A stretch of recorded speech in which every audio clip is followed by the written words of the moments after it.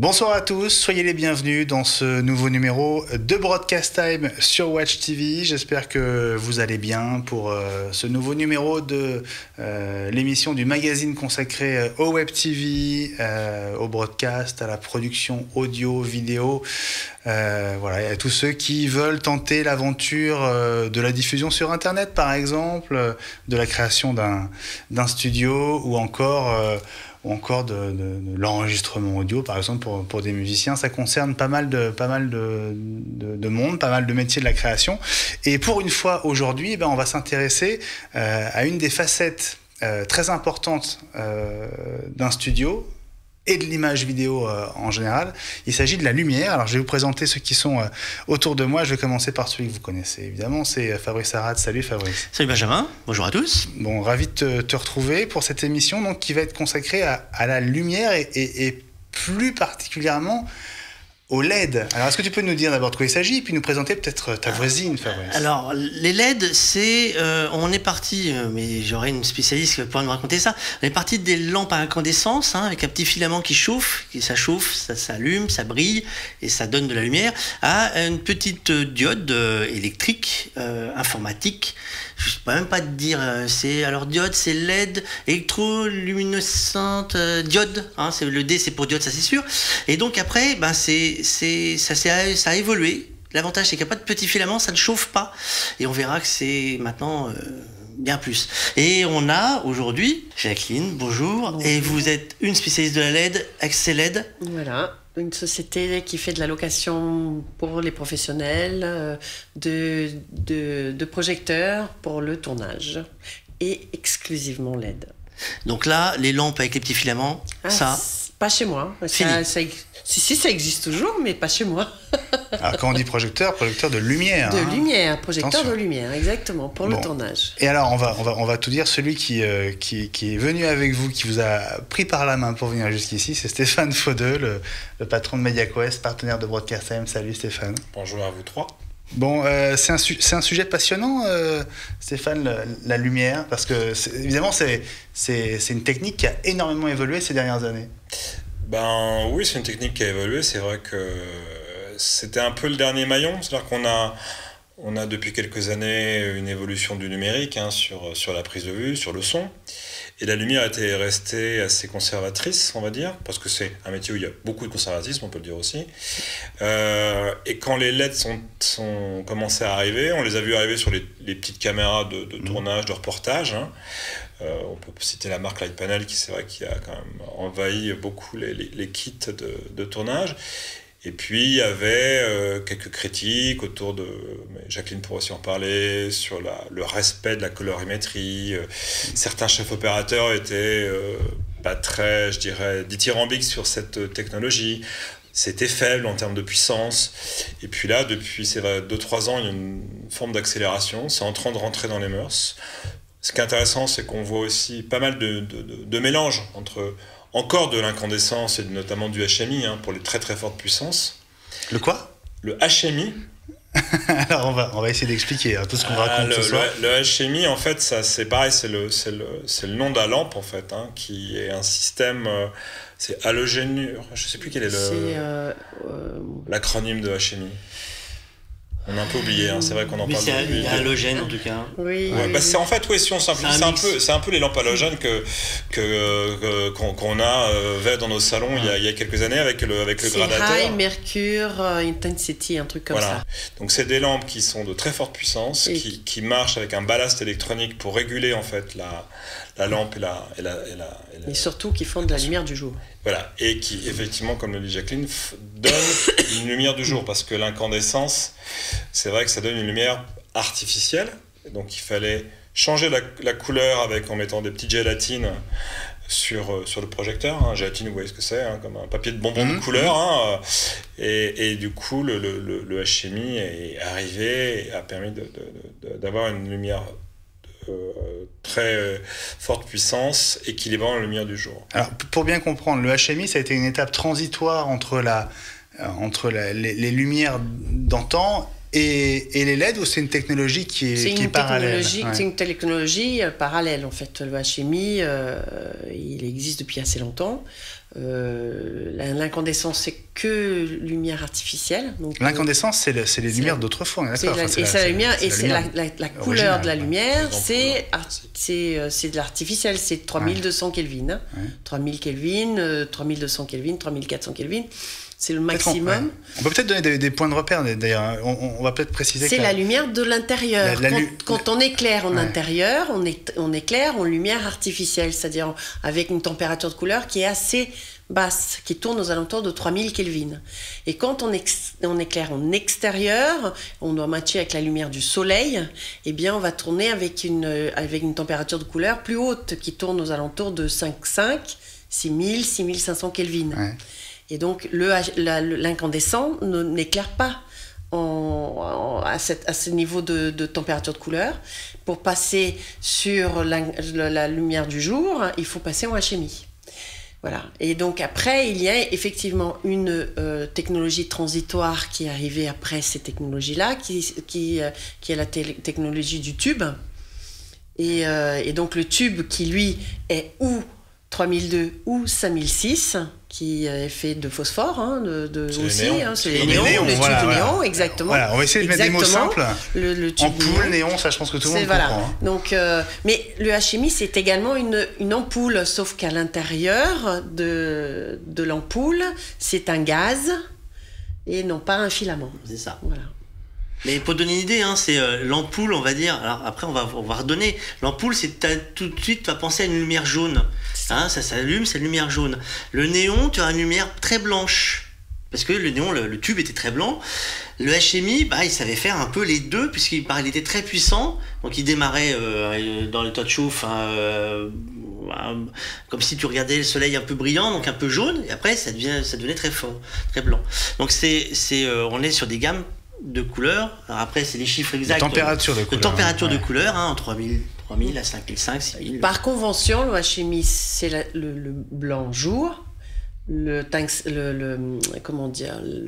L'ampoule, l'incandescence, c'est l'artificiel, c'est 3000 Kelvin.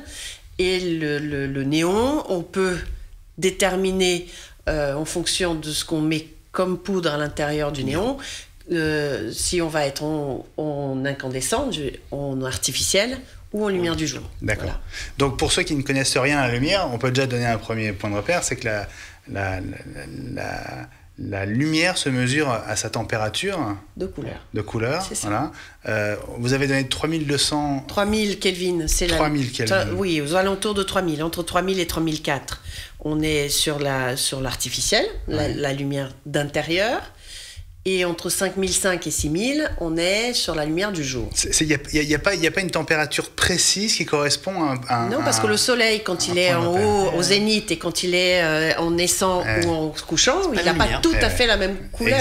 Exact, on est d'accord. D'où d'ailleurs la grande subtilité de quand il fait beau, ce métier, c'est ça. Quand il fait beau, la température de couleur est plus chaude que quand le ciel est couvert. Et la pollution joue en plus exactement. De plus en plus. C'est d'ailleurs un vrai problème pour aujourd'hui les chefs opérateurs, c'est que tu as une pollution atmosphérique, tu as une pollution aussi aux infrarouges. C'est ça. Et qui ne se voit pas à l'œil et pourtant se voit après. Transforme la couleur, se voit à la prise de vue. Quoi. Ouais. Bon alors Jacqueline, vous êtes parmi nous et on a un grand plaisir à vous recevoir aujourd'hui. Merci, parce que donc vous dirigez comment vous dites Axeled, voilà. Axeled. Donc votre métier, c'est vraiment la lumière. Alors, j'ai pas commencé comme ça, moi j'étais plutôt sur la caméra. Mais effectivement, je me suis intéressée à la lumière il y a quelques années, quand je me suis rendu compte qu'il y avait une offre qui se présentait sur le marché en lumière à base de LED, et que au niveau de la fabrication, au niveau des fabricants, il y avait plein de possibilités, plein de choix possibles, et qu'on ne les voyait pas, on transposait sur l'offre de location. Et les raisons sont multiples, mais je pense que la raison essentielle, c'est que il y a quelques années, quand sont arrivés les tubes néons, il y a eu beaucoup de possibilités aussi, il y a eu beaucoup de fabricants, et petit à petit, ils ont disparu au profit d'un principal et un ou deux secondaires, le principal étant Kinoflow et les autres c'est Softube, des gens comme ça. Ouais. Et donc la plupart des loueurs se sont dit c'est une mode, la LED voilà, est arrivée et va être balayée par un voire deux fabricants et attendre que le fabricant en question devienne la référence et la règle. Or, malheureusement, je pense que dans la LED, c'est pas comme ça que ça va se passer. Et c'est beaucoup plus compliqué. La LED, on a plusieurs problèmes qui se profilent. Hein. Tu as le choix de la LED en elle-même, c'est-à-dire la diode qui est de base, parce qu'après, il y a plusieurs tailles. Hein. Tout le monde connaît le ruban LED. Hein. Si on regarde bien aujourd'hui, les éclairages de Noël, les guirlandes de Noël que tout le monde met sur son sapin, sont devenus à 95%. Je crois qu'on a atteint le 95% des petites diodes et donc des rubans LED. Et donc ça, tout le monde le voit, mais il y a tout. Il y a toutes les tailles, donc des toutes petites, des plus grosses, des très grosses. Et après, on va utiliser ces LED, on va les mettre soit plusieurs dans le même endroit pour faire une lampe avec plusieurs petites LED. Donc elles vont être reliées entre unes. Donc après, il va falloir homogénéiser l'éclairage. Donc soit ça va être pur sans filtre, soit il va y avoir un filtre, un panneau blanc devant. Et après, tu as d'autres LED avec des grosses LED et qui vont avoir des verres pour pouvoir augmenter et reculer. Donc il y a beaucoup de choses, de technologies différentes et de création à chaque étape, plus ou moins de qualité. Donc c'est là où c'est compliqué aujourd'hui, c'est que des gros leaders de LED, il n'y en a pas vraiment eu un qui est sorti du lot en disant c'est moi le meilleur. Alors, je reprends le fil avec Jacqueline parce que moi j'ai envie de comprendre ce que vous faites et ce qui vous a conduit à vous lancer dans cette aventure. Donc vous faites de la location, c'est votre métier de base. Essentiel. Vous ne louez pas que de la LED. Si. Vous louez que de la LED. Alors pourquoi est-ce que vous avez fait ce choix-là ? Parce qu'apparemment, il y a toujours plusieurs technologies qui cohabitent. Parce qu'il y a beaucoup de solutions et que moi, je pars du principe qu'il n'y en a pas qu'une bonne, il y en a plusieurs. Parce que il y a la technologie de la LED à proprement parler. Comme vous avez dit, il y a plusieurs types de LED. Et en fonction de la façon dont on l'assemble, on va faire un projecteur avec un type de lumière différent. Et donc, avant, on connaissait le light panel, le 30 par 30, qui était le projecteur de référence en LED. Ça fait un type de lumière. D'ailleurs, on en a ici dans le studio. 30 par 30, c'est la taille du projecteur. Il fait 30 cm par 30 cm. C'est un carré de 30 par 30. Il y en a ici. Hein, et après, il y avait une référence. C'était 1 cm entre chaque petite LED. Et tu avais donc 30 LED. Et tu as eu plusieurs fabrications sur ces panneaux. Voilà. Donc, il y a eu des panneaux à LED de ce genre qui font un type de lumière. Mais ensuite, en fonction du type de LED qu'on va utiliser, la texture et le rendu de la lumière ne sera pas le même. Et c'est un peu comme en traditionnel. On a du Fresnel, on a de chez machin, on a du Fresnel de chez Harry, on peut y aller. On peut citer les voilà, d'accord. Tant qu'on en cite plein, on peut. Voilà. C'est ça. D'accord. Justement. Donc, on a Casa 1006 qui en fait, on a Harry qui en fait, et on a avec la Luxe, on a LTM, on faisait. LTM, c'était une très grande marque française à une époque. Alors justement, en français, on en a encore des fabricants français de LED. Alors, en fait, il n'y avait plus de fabricants français de lumière. Et avec la LED, on est en train de voir revenir de la fabrication française alors qu'on n'en avait plus. Mais alors, du vrai français, parce qu'on sait que le marché de la LED, il est effectivement dominé, on va dire, par le haut, par Light Panel notamment, mais les Chinois ont complètement envahi le marché aussi. Donc, est-ce que c'est du français ou du français Alors, ce qu'il faut savoir, c'est que pour fabriquer de la LED, une des composantes principales dans la fabrication de la LED, il est nécessaire d'utiliser des terres rares. Or, les terres rares, il n'y en a pas énormément dans le monde. Et il y a 2 endroits en particulier où il y en a le plus C'est quoi des terres rares, excusez-moi? C'est les terres dans lesquelles on va exploiter un certain nombre de minerais, et qui vont servir à la fabrication des diodes. Et donc, il y a 2 endroits où il y en a plus qu'ailleurs, et essentiellement, on va dire 90% des gisements de terres rares dans le monde, je pense, qui sont chez les Chinois, donc en Chine, et en Russie. Mais surtout en Chine. Et donc c'est évident que vu la quantité de matériaux qu'il faut manipuler pour en extraire très peu de composants, eh bien on peut difficilement balader ça. Il y a une logique presque géographique. Exactement, de base, exactement. Mais attention, chinois ne veut pas dire mauvais. Hein. Non, mais c'est pour ça. Toutes les diodes sont fabriquées en Chine et ensuite selon spécifications qui sont données par des fabricants de partout dans le monde. Il y a des fabricants en Europe du Nord, il y a des fabricants espagnols, il y a maintenant des fabricants italiens, il y en a plusieurs, et maintenant on commence à voir arriver des fabricants français, mais il y a surtout des fabricants chinois et américains. Alors quand même, comment est-ce qu'on s'y retrouve et comment est-ce qu'on fait la différence entre un bon et un mauvais projecteur à LED, parce qu'on dit projecteur? Oui, alors, il y a beaucoup de... Alors justement, quels sont les différents critères? À quoi il faut faire attention? Qu'est-ce qu'il faut regarder? Alors, d'abord, la LED, il faut qu'elle soit équilibrée en couleur.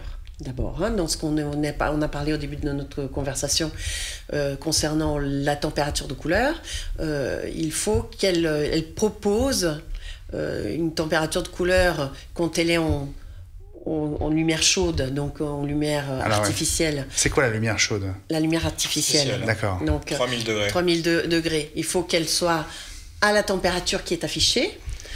Et ensuite, en lumière du jour, en lumière froide, et il faut qu'elle soit également à la lumière à la température qui est affichée. Ça veut dire que c'est pas toujours le cas? Non, c'est pas toujours le cas. C'est pas toujours le cas. Puis aussi une chose, peut-être que tu allais citer, c'est qu'il y a une chose qui est très intelligente avec la lumière LED, c'est qu'elle peut être lumière artificielle et lumière du jour. C'est que le même produit peut faire les deux, ce qui est totalement nouveau. Jusqu'à présent, il fallait gélatiner, mettre de la gélatine pour transformer avec quand même certains écueils, alors que là, on peut avoir des produits hybrides. Là, je répondais déjà à la question. Est-ce que comment on reconnaît le bon, le bon du mauvais? Mais ça veut dire qu'il faut faire une mesure presque personnelle. Il faut mesurer. Voilà, il faut mesurer. Il y a des outils pour ça. On mesure la température avec un thermocolorimètre. On va mesurer. Mais un thermocolorimètre qu'on connaît du marché ne fonctionne pas avec la LED, parce que quand on utilise un thermocolorimètre qui sert à la lumière, au filament, eh bien, il ne donne pas une information fiable pour mesurer la LED. Comment on fait? C'est pas ça. Donc, il faut un autre thermocolorimètre qui, lui, est adapté, qui est fait pour mesurer la colorimétrie de la LED. Et donc, c'est un thermocolorimètre de LED. Voilà. Bon, est-ce que moi j'ai intérêt à acheter un thermocolorimètre de LED? Non, parce qu'il y a un autre outil qui sert très très bien à faire ça. C'est la caméra. Ah, expliquez-moi. La caméra, elle a à l'intérieur un thermocolorimètre, et quand on l'allume, eh bien, elle peut vous dire à quelle température de couleur la lumière est. Ça va faire la balance des blancs. Et voilà, c'est la fameuse balance des blancs. Les caméras sont équipées pour pouvoir le faire, et pour pouvoir le faire, elles prennent la mesure de la température, et tu peux modifier, du coup, adapter ta caméra pour t'adapter à la température. Puis je pense qu'en dehors de la mesure précise, c'est aussi le travail. Il y a des limites à ce qu'on est en train de dire, mais on va dire que c'est le béaba de la c'est le travail de sociétés justement comme Excelet, c'est de garantir des produits de qualité. C'est aussi ça. L'avantage, c'est que moi, tous mes projecteurs sont mesurés, et je donne l'information aux gens quand ils ne peuvent pas l'avoir par un autre biais. Je leur donne l'information. J'ai toutes les informations correspondantes à la température de couleur de tous les projecteurs. Et quand ils sont variables, également avec la variation possible. Est-ce qu'il y a des marques dans celles que vous avez testées qui ne proposent pas ce qu'elles sont supposées proposer? Alors, c'est pas tellement sur la température de couleur que le bas blesse, c'est plutôt sur la qualité du rendu colorimétrique. Quelle est la différence? Ça s'appelle l'IRC, l'indice de rendu des couleurs. C'est par ce biais-là qu'on mesure la qualité intrinsèque de la lumière, c'est-à-dire quand la lumière éclaire, elle éclaire un objet. Et quand elle nous éclaire, elle éclaire notre peau, mais elle éclaire également les couleurs. Et on va mesurer la qualité de la lumière en mesurant la qualité du rendu de cette couleur, c'est-à-dire le plus proche de ce qu'on voit. C'est-à-dire que plus l'indice est élevé, plus c'est proche de ce qu'on voit avec nos yeux. C'est une mesure subjective ou objective? Mais c'est une mesure objective qui s'appelle la mesure d'IRC et qui va mesurer sur un nuancier de couleurs. Il ne faut pas que je dise de bêtises, mais je crois qu'il y a dans un premier nuancier, il y a 10 couleurs.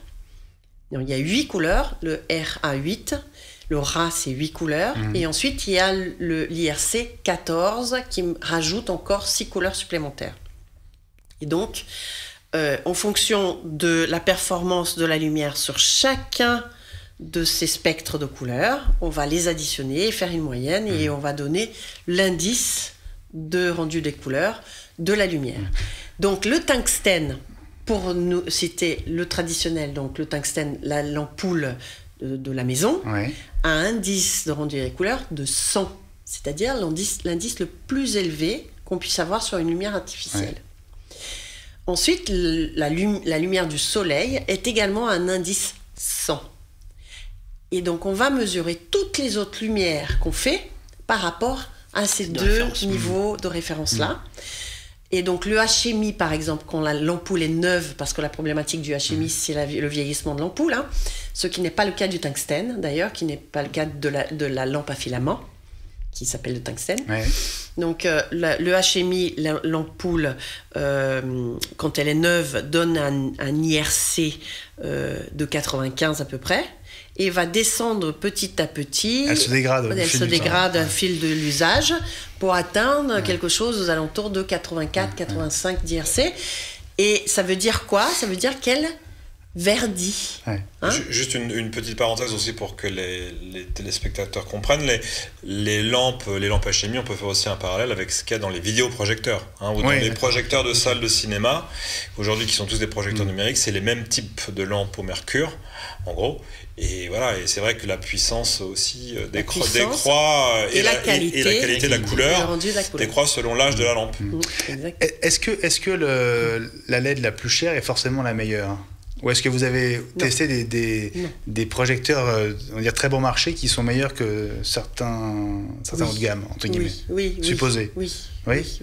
Oui, on peut dire que avec l'arrivée massive de LED sur le marché, on va arriver des projecteurs avec une qualité de rendu colorimétrique, donc une qualité d'IRC supérieure, avec un prix d'achat quand même assez intéressant par rapport à des gens établis sur le marché. Du coup, sur les produits que vous avez eu le temps de tester, parce que là, du coup, vous avez eu le temps d'en tester quand même plusieurs avant de pouvoir choisir. Il y a eu des vraies déceptions sur des marques avec lesquelles vous avez dit, là, j'ai pas de problème, et là, finalement. Oui. Bah dites-nous, parce qu'on est là pour mettre carte sur table. Alors, Lightpanel est en train de faire des efforts non négligeables aujourd'hui pour revenir avec des produits de qualité. Mais ils se sont un peu endormis sur leur laurier, et effectivement le Lightpanel qui était devenu la référence en LED est un projecteur dont l'IRC est plutôt mauvais par rapport à ce qu'on voit aujourd'hui arriver sur le marché. Et c'est un problème qu'on rencontre dans différents secteurs, c'est que les gens disent non mais c'est bon, on prend un Lightpanel, il n'y a pas de risque. Oui, mais c'est pas bon. C'était bien à l'époque où c'est sorti parce que c'était la seule solution qui permettait de faire du changement de température de couleur et surtout l'avantage de Light Panel à l'époque, parce que ça fait quand même, il faut se souvenir que ça fait quand même 8 ans de ça, hein. C'était qu'on pouvait mettre une batterie à l'arrière du projecteur et on était complètement indépendant du secteur et c'était révolutionnaire. On allait n'importe où pour tourner. Et aujourd'hui, tout le monde fait ça, presque. En fonction de la puissance du projecteur, presque tout le monde fait ça. Donc, Light Panel a perdu sa position dominante et pour rester sur le marché, il fallait qu'ils fassent évoluer la qualité de leur lumière. Ce qu'ils ont mis longtemps à faire. Et ils commencent à faire ça aujourd'hui. Mais voilà, ils ont perdu un peu de temps. Ouais. Stéphane. Oui, c'est vrai qu'on a beaucoup parlé là de technologie intrinsèque au projecteur, mais est-ce que tu peux nous dire justement un peu les nouvelles valeurs d'usage qu'apporte ce projecteur? En quoi ils peuvent être mieux, ou plus faciles à utiliser sur un tournage par exemple? Alors, il nous reste 2 minutes. Avant toute chose, il faut quand même parler de la limite de la LED, c'est la puissance. Et évidemment, on ne peut pas avoir de très forte puissance en LED. Donc, mais en revanche, avec de la puissance qui va entre 40, même plus petit, mais entre 40 et 400 watts, on commence à avoir des projecteurs arrivés en LED qui sont parfaits, qui ont un niveau de qualité de colorimétrique parfaite et surtout qui répondent à des avantages du style on peut être sur batterie, on ne chauffe plus, on change la température de couleur facilement. Et donc ça, c'est des vrais plus qu'amène la LED aujourd'hui. On ne chauffe plus, c'est hyper important parce que par exemple ici, on est entouré par de la LED. Bon, il fait naturellement chaud ici, mais je veux dire, c'est pas tellement la lumière qui chauffe en fait. C'est nous, alors qu'avant c'était la lumière. Bon, je voudrais vous remercier beaucoup, Jacqueline, d'être venue dans Broadcast Time. Bon, on se rend compte qu'on aurait presque pu faire 2 émissions sur le sujet. Donc, beaucoup de choses à dire. Voilà, je pense qu'il va falloir qu'on fasse surtout une émission pour présenter les produits, parce que maintenant, on sait qu'il y a des différences réellement dès le départ sur le type de technologie utilisée. Après, il faut voir la mise en œuvre. On en parlait avant l'émission. Par exemple, pour les nôtres sur le plateau, qui sont finalement pas si mal. C'est une bonne nouvelle. C'est par exemple, elles ne pourraient pas servir dans tous les plateaux. La carcasse extérieure qui est en majorité plastique ne serait pas une bonne idée pour d'autres tournages où il faudrait une carcasse en métal. Donc c'est pareil, il faut bien se renseigner par rapport à ce qu'on veut faire comme tournage sur des professionnels. Alors on attend bien, on en a quelques-uns, pour savoir et adapter sa lumière et bien choisir. Bon, la prochaine fois, Jacqueline, vous revenez, mais cette fois avec un camion, comme ça, on veut voir tous vos produits, tous ceux que vous aurez testés. Pourquoi pas? J'attends votre invitation écoutez, et je viens avec ça. On vous la lance. Je vous montrerai sur la table. On vous la lance dès aujourd'hui. Et on vous remercie beaucoup d'être venu dans Broadcast Time sur Watch TV. Je vais saluer mes camarades, en commençant par Fabrice. À la prochaine. À la semaine prochaine. Et on peut déjà dire, je crois, le sujet de la semaine prochaine. On va aller voir le monde de l'audio et des producteurs. Et on va parler d'une marque. C'est même plus un mythe puisqu'il est toujours vivant. C'est Pro Tools. Voilà, Pro Tools. Ça dit quelque chose aussi à toi, Stéphane? Je crois. Voilà, je crois que c'est le logiciel qui a révolutionné le mixage numérique et l'editing exactement audio dans les studios. Ce sera le sujet de Broadcast Time la semaine prochaine. Merci beaucoup et restez sur Watch où les programmes continuent. Salut à tous.